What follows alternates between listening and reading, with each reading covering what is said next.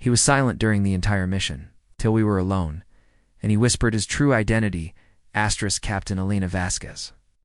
Adjusted her diplomatic uniform as the transport ship descended through the violet atmosphere of Zentros Prime, the alien world spread below them like a living jewel, its crystalline cities catching the light of twin suns. This was humanity's most important diplomatic mission in decades, and the weight of billions of lives rested on her shoulders. Beside her stood Marcus Kane, her assigned bodyguard. He was tall and lean, with dark hair and piercing green eyes that seemed to see everything while revealing nothing. Since the mission began 3 weeks ago, he had spoken perhaps 20 words to her, all of them strictly professional. His silence had become both comforting and maddening. "Captain, we're approaching the landing platform," announced the pilot.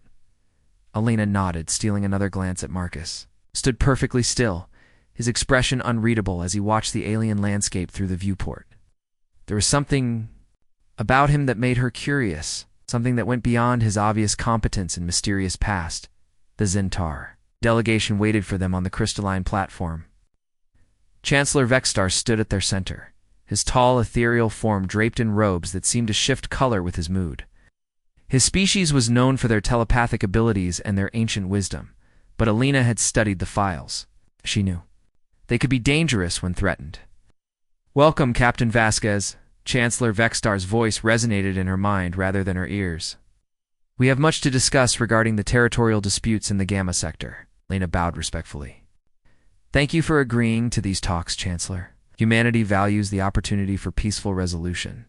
As they walked through the gleaming corridors of the Zentari capital, Elena noticed Marcus's behavior growing increasingly tense. His usual calm demeanor remained intact, but she caught the subtle signs, the way his jaw tightened when they passed certain technological displays, how his breathing changed when Chancellor Vextar spoke directly to him. The formal negotiations began in a vast chamber filled with floating crystals that pulsed with soft light. For hours, Elena worked through the complex territorial agreements while Marcus stood silently behind her chair. The talks were not going well. Chancellor Vextar's demands were unreasonable, and his mental projections carried an undertone of barely controlled hostility. "I'm afraid we cannot accept those terms," Elena said firmly, maintaining diplomatic composure despite the growing tension in the room. Chancellor Vextar's robes darkened to a deep crimson. "Perhaps humanity needs more time to consider the consequences of refusal." The threat was clear. Elena felt a chill run down her spine, but before she could respond, she noticed Marcus's hand move almost imperceptibly toward his weapon. It was the first time she'd seen him react to anything during the negotiations. "We'll need to discuss this matter privately," Elena said, standing gracefully. "Perhaps we could reconvene tomorrow." Of course, Chancellor Vextar agreed, though. His tone suggested anything but agreement. "We'll find your quarters prepared in the diplomatic wing." As they were escorted through the winding corridors, Elena couldn't shake the feeling that they were being watched. The Zentari guards moved with fluid grace, their alien features impassive, but there was something in their posture that suggested readiness for action. Their quarters were luxurious by any standard, with walls that seemed to breathe and furniture that adjusted to their presence. Elena dismissed the Zentari attendants with polite thanks, waiting until she was certain they were alone. The moment the door sealed behind them, the atmosphere in the room shifted. Marcus, who had been a statue of silent professionalism all day, suddenly moved to the window, his entire posture changing. For the first time since the mission began, he seemed ... human. "Elena," he said quietly, his voice carrying a warmth she had never heard before. It was the first time he had used her first name. She turned, startled by the change in his demeanor. "Marcus, what is it?" He stood with his back to her, staring out at the alien cityscape. "There's something I need to tell you, something I should have told you before we came here." Elena's heart began to race. In all her years of diplomatic service, she had learned to read people, to sense when someone was about to reveal something important. But Marcus had always been unreadable, a mystery wrapped in professional competence. "What is it?" Moving closer to him, he turned slowly, and for the first time, she saw vulnerability in his green eyes. "I'm not who you think I am." Elena's breath caught as Marcus stepped closer, the distance between them suddenly feeling charged with electricity. The soft alien lighting cast shadows across his face, making him look both familiar and utterly foreign. "What do you mean?" she whispered, though something deep inside her already knew this moment would change everything. Marcus ran a hand through his dark hair, a gesture so human it made her heart ache.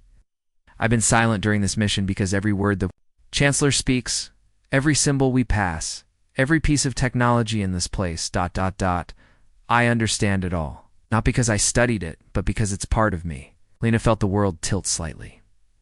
"Part of you?" "My mother was human," Marcus said, his voice barely above a whisper. "A xenobiologist who came to Zentros Prime 30 years ago. She fell in love with a Zentari scientist named Kethryn. I'm their son." The revelation hit Alina like a physical blow. She sank into one of the adaptive chairs, her mind racing. "We're half Centauri." Marcus nodded, his expression pained. "The hybrid program was supposed to be secret. Only a few dozen of us exist.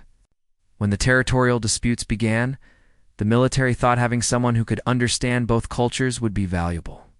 "So you're not really my bodyguard," Alina said, pieces falling into place. "You're here as a spy?" "I was supposed to be," Marcus admitted, moving closer. "But something changed the moment I met you. Alina, I've spent my entire life caught between two worlds, never fully belonging to either. With you, for the first time, I feel like I could belong somewhere." Alina looked up at him, seeing him with new eyes. The subtle differences she'd noticed, but couldn't place, suddenly made sense. The way he moved with an almost ethereal grace. The intensity of his gaze, the way he seemed to sense things before they happened. "Show me," she said suddenly. Marcus frowned. "What? Show me your other side. I need to understand who you really are." For a moment, Marcus hesitated. Then, slowly, he closed his eyes and let his mental barriers drop. Lena gasped as she felt his thoughts brush against hers, gentle and warm. It was like being touched by sunlight and starlight simultaneously. Images flashed through her mind. Memories of a childhood spent hiding his abilities, of feeling isolated and different, of watching from the shadows as others lived normal lives. But underneath it all, she sensed something else. A deep loneliness that matched her own.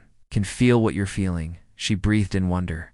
"It's one of the Zentari abilities," Marcus explained, his mental voice soft in her mind. "Emotional resonance. I've been fighting it since the day I met you because I didn't want to invade your privacy." Alina stood slowly, moving closer until they were almost touching. "What do you feel now?" Marcus's eyes opened, and the intensity there made her knees weak. "I feel your heartbeat matching mine. I feel the way you've been curious about me, frustrated by my silence. I feel..." He paused, his voice breaking slightly. "I feel the loneliness you carry, Alina. The weight of always being responsible for others, never allowing yourself to be vulnerable." Tears sprang to Elena's eyes. No one had ever seen her so clearly, so completely. "Marcus, ... I know this complicates everything," he said quickly. "I know you probably can't trust me now, knowing what I am, what I was sent here to do. Need you to know that my feelings for you are real. They're the most real thing I've ever experienced." Instead of responding with words, Alina reached up and cupped his face in her hands. The contact sent warmth flooding through both of them, and she felt his sharp intake of breath as if it were her own. "I've been attracted to you since the moment we met," she admitted. "Your silence drove me crazy because I wanted to know what you were thinking, what you were feeling. Now I know." Marcus leaned into her touch, his eyes fluttering closed. "Alina, if we do this, there's no going back. Once a Zentari bonds with someone, it's permanent. I would be able to sense you no matter where you are, feel your emotions as if they were my own, and you would feel mine," Alina said softly, "including how much I want you right now." Marcus's eyes snapped open, dark with desire. "You don't know what you're asking." "Then show me," Alina whispered, pulling him down until their lips were almost touching. "Show me what it means to be truly connected to someone." When their lips met, it was like touching a live wire. Lena felt every sensation doubled her own desire in his. their emotions mixing and amplifying until she couldn't tell where she ended and he began. Marcus's arms wrapped around her, pulling her against him as if she were the only thing anchoring him to reality. Through their connection, Elena felt his amazement, his joy, his desperate need to be accepted for who he truly was. And she felt something else, a sense of completion. As if a piece of her she hadn't known was missing had finally fallen into place. They broke apart, both breathing heavily. Marcus rested his forehead against hers, his eyes closed. "There's more," he whispered, "about why I'm really here, about what the Chancellor is planning. But first I need to know, can you accept this? Can you accept me?" Elena's answer was to kiss him again, pouring all her feelings into the connection between them. When they parted, Marcus's smile was like sunrise after a long night. "Then we face whatever comes next together," he said. "But Elena, what I have to tell you about this mission is going to change everything." Elena woke before dawn to find Marcus standing by the window, his silhouette tense against the alien sunrise. The events of the previous night felt like a dream, but the lingering warmth of their connection reminded her it was beautifully real. "You're troubled," she said softly, not needing their bond to sense his anxiety. Marcus turned, his expression grave. "The negotiations yesterday were a facade. Chancellor Vexter never intended to resolve the territorial disputes peacefully." Elena sat up, suddenly alert. "What do you mean?" "While you were speaking, I was reading the Chancellor's emotional resonance. He's planning something called the Final Cleansing, a weapon that can target specific genetic markers. He intends to eliminate humanity entirely." The words hit Elena like ice water. "Oh, that's impossible. The Xantari Council would never approve. Genocide." "The Council doesn't know," Marcus said, moving to sit beside her. "Chancellor Vextar has been working with a faction of extremists who believe humans are a threat to galactic stability. They've been developing this weapon in secret." Elena felt sick. "How long have you known?" "I suspected something during our first day here, but I couldn't access the deeper levels of the Chancellor's mind without him noticing. Last night, when we bonded, your strength amplified my abilities. I was able to probe deeper." Elena stood, pacing the room as the implications sank in. "We have to warn Earth immediately." "There's more," Marcus said quietly. "The weapon requires a specific catalyst to function. Hybrid DNA. They need someone like me to activate it." Elena spun around. "That's why you're really here." "They planned this from the beginning." Marcus nodded grimly. "The military didn't send me to spy. They sent me as bait. Chancellor Vextar requested me specifically, claiming he wanted to study human-Xantari relations. But he already knew what I was." "We have to get you off this planet," Elena said immediately. "Right." "Can't leave," Marcus replied. "If I disappear, they'll know we've discovered their plan. And without proof, Earth's government will never believe the threat is real." Elena sank back onto the bed, her mind racing. "So what do? We have to find evidence of the weapon and a way to destroy it," Marcus said. "Elena, if they capture me and force me to activate it, ... They won't," Elena said firmly, taking his hand. "I won't let them." Marcus squeezed her fingers. "There's something else. The weapon is hidden in the old city in a place called the Gardens of Memory. We could access it tonight during the ceremonial feast." "The Gardens of Memory," Elena repeated. "I've heard of them. They're supposed to be sacred." "They are," Marcus said. "And that's where they've hidden their most terrible secret." As evening approached, Elena found herself in an elaborate gown provided by their hosts, its fabric shifting colors like the aurora. Marcus wore a formal attire that emphasized his dual heritage, human cut with Xantari ceremonial elements. The feast was held in a vast garden under the light of both moons. Exotic plants glowed with bioluminescence, and the air was filled with the soft sound of alien music. Elena played her diplomatic role perfectly, engaging in pleasant conversation while her mind remained focused on their mission. "You look troubled," Captain Chancellor Vextar said, appearing beside her with fluid grace. "Just admiring the beauty of your world," Elena replied smoothly. "It's unlike anything I've ever seen." Indeed, the Chancellor agreed. "Zentros Prime has many secrets, many hidden wonders. Perhaps later, I could show you the gardens of memory. They are particularly beautiful under moonlight." Elena's blood ran cold, but she maintained her composure. "That sounds wonderful." As the Chancellor moved away, Marcus appeared at her side. "He's testing us," he whispered through their bond. "He suspects something." "Then we move tonight," Elena replied silently. They slipped away from the feast during a traditional dance that had captured everyone's attention. The gardens of memory lay beyond the main city, accessible through ancient stone pathways that seemed to pulse with their own inner light. "The weapon is in the heart of the garden," Marcus explained as they moved through the alien landscape, in a chamber that was once used for sacred ceremonies. The garden was more beautiful than Elena had imagined. Crystalline trees chimed softly in the breeze, and flowers that looked like captured starlight bloomed along the pathways. It would have been romantic under different circumstances. There, Marcus pointed to a structure that seemed to grow from the ground itself, its walls covered in intricate carvings. They approached carefully, Marcus using his enhanced senses to detect any guards. The entrance was sealed with technology that responded to Zentari biomarkers, but Marcus's hybrid nature allowed him to bypass the security inside. They found a chamber filled with humming machinery and displays showing star charts of human-occupied space. At the center sat a device that seemed to bend light around itself, beautiful and terrible. "The Silence Maker," Marcus breathed. "It's more advanced than I thought." Elena began recording everything with her concealed equipment. "How do we destroy it?"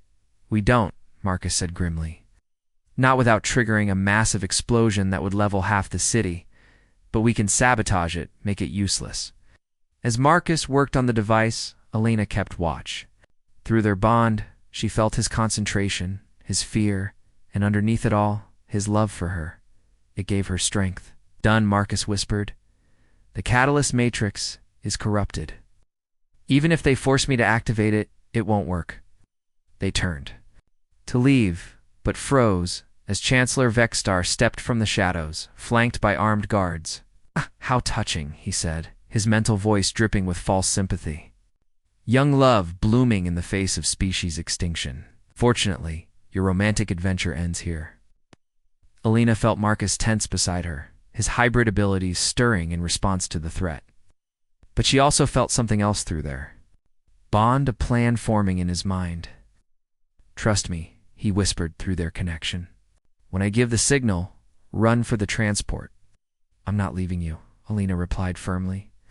"You have to," Marcus said aloud, his voice carrying new authority. Ow. "Because what I'm about to do will change everything." Yeah. His eyes began to glow with an inner light, and Elena realized she was about to see the full extent of his alien heritage.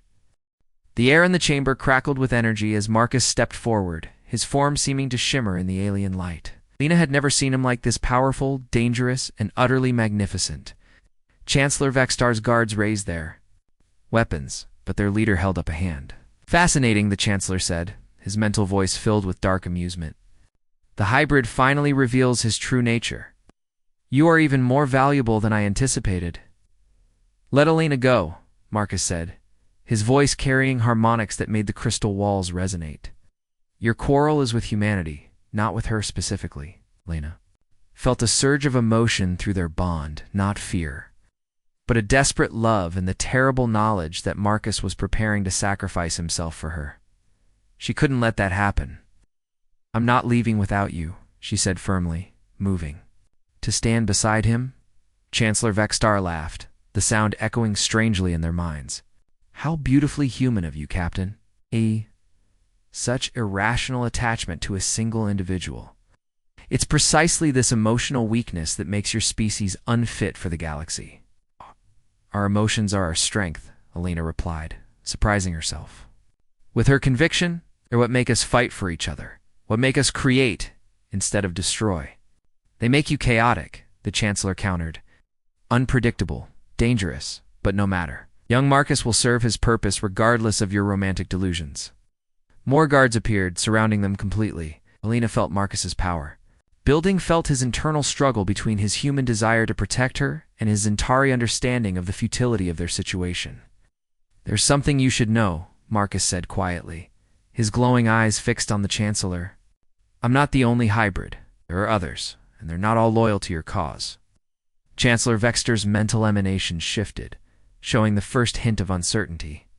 Impossible. The hybrid program was carefully controlled, was it? Marcus smiled, and Alina felt a surge of fierce satisfaction through their bond.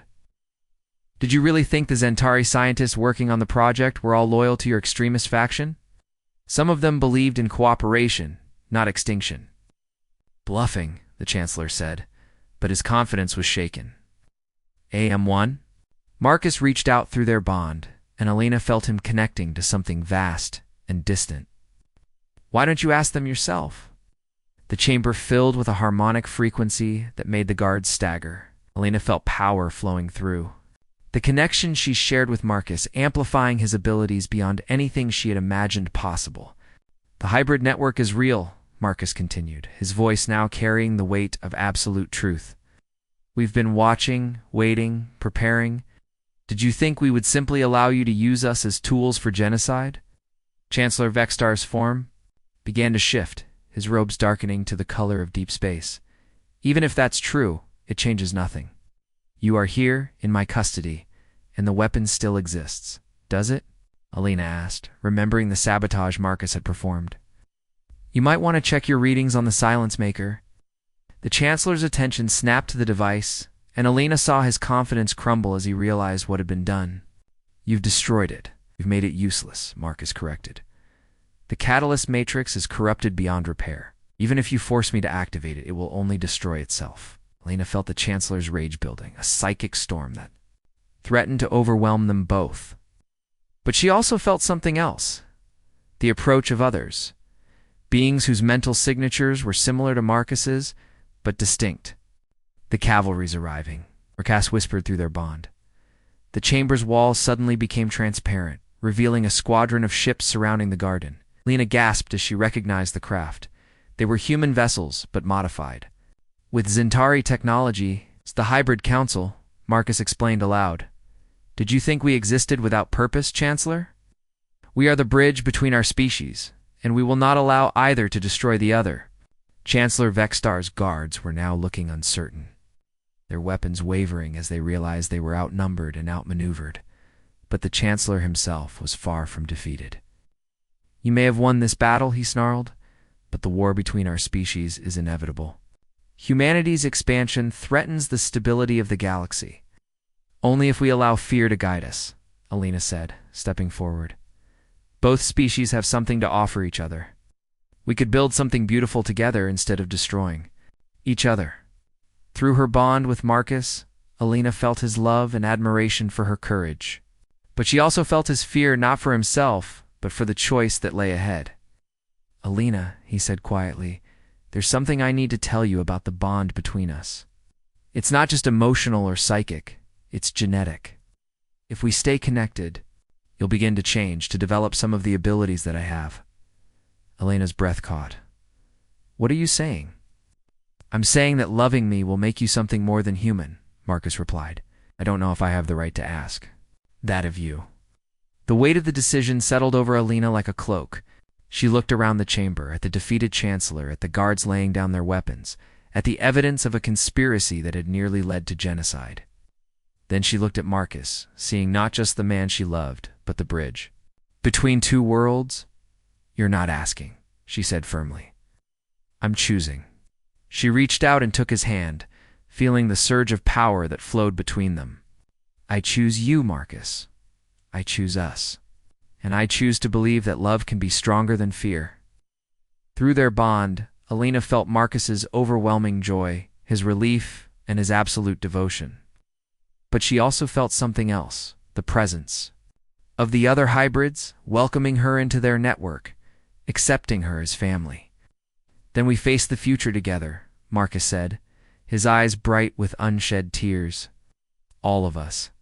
As the hybrid ships landed in the garden and their crews began the complex process of securing the weapon and arresting the conspirators, Lena realized that this was just the beginning. The real work, building trust between species, creating a future where differences were celebrated rather than feared, lay ahead. But for the first time in her life, she wasn't facing that future alone. 3 months later, Lena stood on the observation deck of the new diplomatic station orbiting the neutral zone between human and Zentari space. The structure was a marvel of cooperative engineering, human ingenuity merged with Zentari biotechnology, to create something neither species could have achieved alone.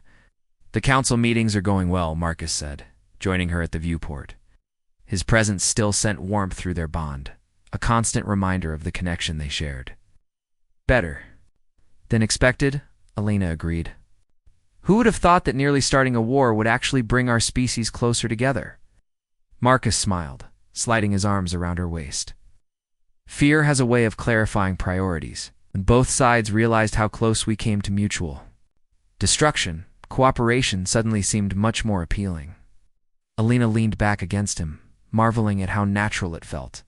The changes in her body had been gradual, enhanced intuition, the ability to sense emotions, a deeper connection to the space around her.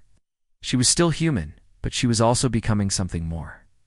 "Any word from the Hybrid Council?" she asked. "They're pleased with the progress," Marcus replied. 15 new diplomatic stations are planned, each staffed by mixed teams. The hybrid program is expanding, but this time it's voluntary on both sides. Alina turned in his arms, studying his face. "Are you happy with how things turned out?" "I'm happy with us," Marcus said simply. "The rest is just politics."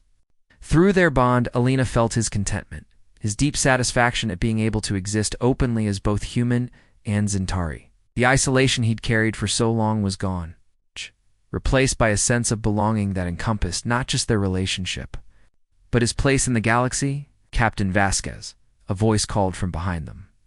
Alina turned to see Commander Torres, her former superior, approaching with a smile. Commander Alina replied, straightening slightly. "I wanted to personally thank you both," Torres said. "The intelligence you gathered on Zentros Prime prevented what could have been the most devastating conflict in human history. The President asked me to deliver this personally." He handed Alina a small ceremonial box.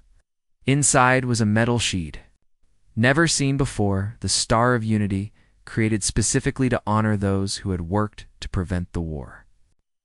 "There's one for you too," Torres said to Marcus, "though I'm told the Hybrid Council has their own ceremony planned." Marcus nodded. "Next week, they're formally recognizing Alina as an honorary member." Alina felt a flutter of nervous excitement. The ceremony would mark her complete integration into the hybrid community, something that would have been impossible just months ago. Speaking of ceremonies, Torres continued with a grin. "I understand congratulations are in order." Alina and Marcus exchanged glances. Their engagement had been announced just days ago, though anyone with empathic abilities could have sensed their commitment long before the formal declaration. "Thank you," Alina said. "It's been an unusual courtship." "The best kind," Torres replied. "I'll leave you two to enjoy the view. The new trade negotiations start tomorrow, and I suspect you'll both be busy." As Torres departed, Alina and Marcus returned their attention to the stars.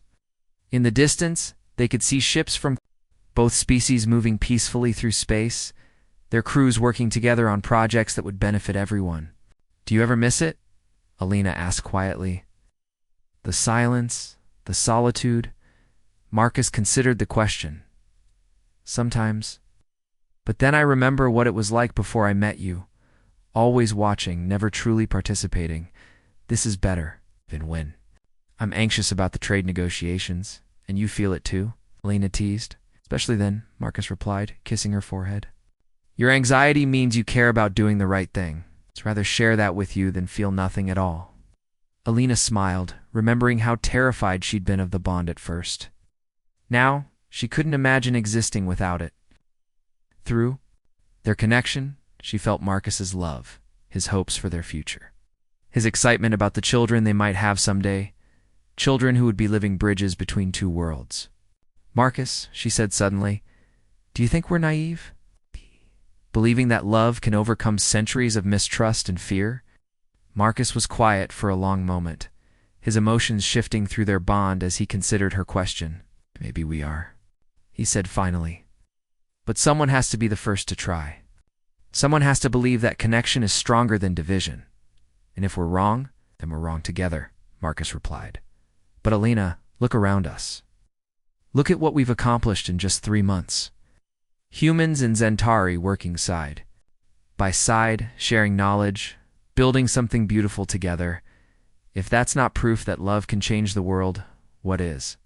Alina looked out at the stars, at the ships moving in peaceful formation, at the space station that represented hope for the future. Through her bond with Marcus, she felt the presence of other hybrid couples, other bridges between species, all working toward the same goal. "I love you," she said simply. "I love you too," Marcus replied.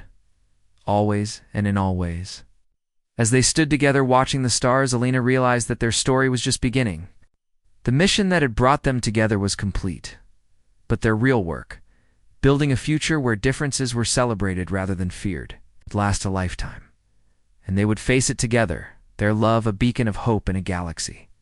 Learning to embrace unity over division, through their bond, Alina felt Marcus's agreement, his commitment, his absolute faith in their shared future. Whatever challenges lay ahead, they would meet them as partners, as equals. As two souls who had found their perfect match among the stars, the universe was vast and full of wonders. But Alina had found her home in the man beside her, in the love that transcended species, in the hope that love could indeed conquer all.